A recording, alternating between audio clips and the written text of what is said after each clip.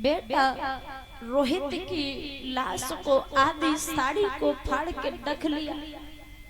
बाग का माली आया, कहने लगा बहन तेरे पुत्र को मरे बहुत समय बीत गया, अब तू इसकी लाश को ले जा। रानी तारा ने पुत्र रोहित की लाश को उठाया और मरघट की ओर ले जाती है। जैसे ही मरघट में पहुंची राजा हरिचंद ने देखा तो आवाज लगाई, कौन है? रानी तारा कहने लगी, महाराज मैं तुम्हारी रानी हूँ और ये तुम्हारा बेटा है जो मर चुका है। राजा हरिचंद कहने लगे, हे रानी कोई किसी का नहीं है। याद करो जब मैं गंगा पर जल भरने के लिए आया था, तुमने मुझे मेरा घड़ा नहीं उठवाया था। रानी तारा कहने लगी, महाराज मेरे पुत्र की लाश को जला दो। राजा हरिचंद कहने लगे, पहले मुझे कर का टका चाहिए।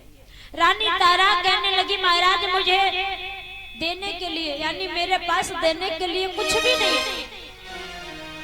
राजा हरिचंद कहने लगे, हे रानी अगर मैंने कर का टका छोड़ दिया तो आज मेरा भी धर्म चला जाएगा। राजा हरिचंद कहने लगे हैं रानी तारा से, कि मैं कालू को दासरी और मरघट मेरो बासरी और कर को टका चुकाई दे रानी फेरी जलइए लासरी।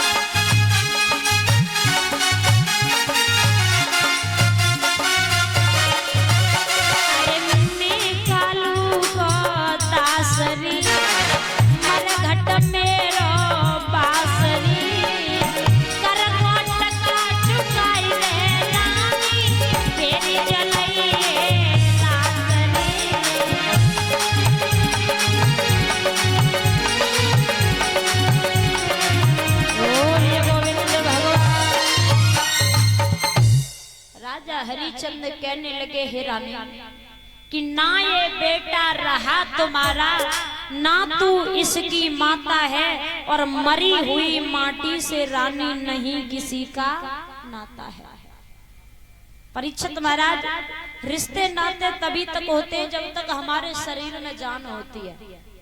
जब ये जीव आत्मा इस शरीर से निकल जाती है तो ये माटी का शरीर यहीं पड़ा रह जाता है और चार लोग कांधे रख के ले जाते हैं, मरघट में जला देते हैं, सारे रिश्ते नाते खत्म हो जाते हैं।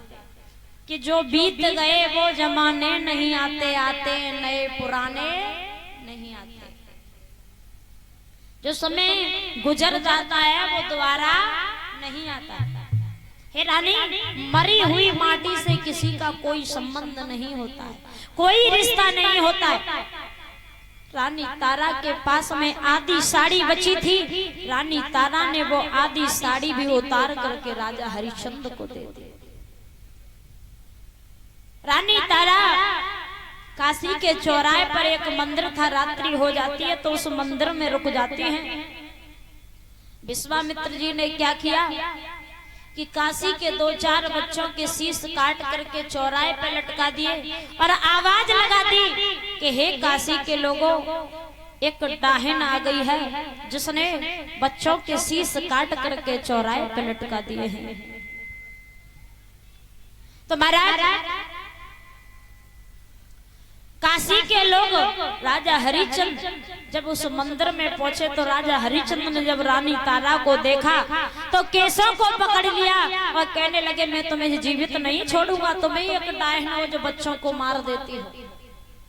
जब राजा हरिश्चंद्र मारने के लिए तैयार हुए तो विश्वामित्र जी प्रकट हो गए। राजा हरिश्चंद्र कहने लगे, ब्राह्मण जी, पहले ही तुम हमारा सब कछु ले चुके, अब क्या लेने आए हो?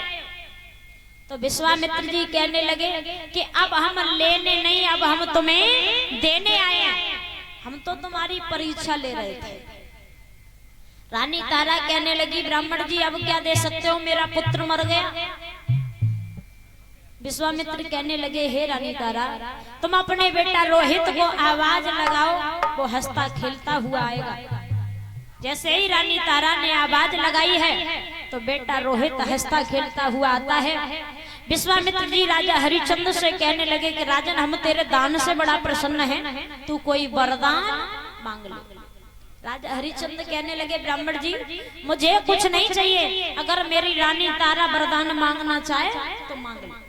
तो रानी तारा वरदान मांगने लगी कि ब्राह्मण जी, मुझे वरदान दो कि जब जब मैं इस पृथ्वी पर जन्म लूं तब तब यही पति मिले और यही पुत्र मिले और कुछ नहीं चाहिए। बोलिए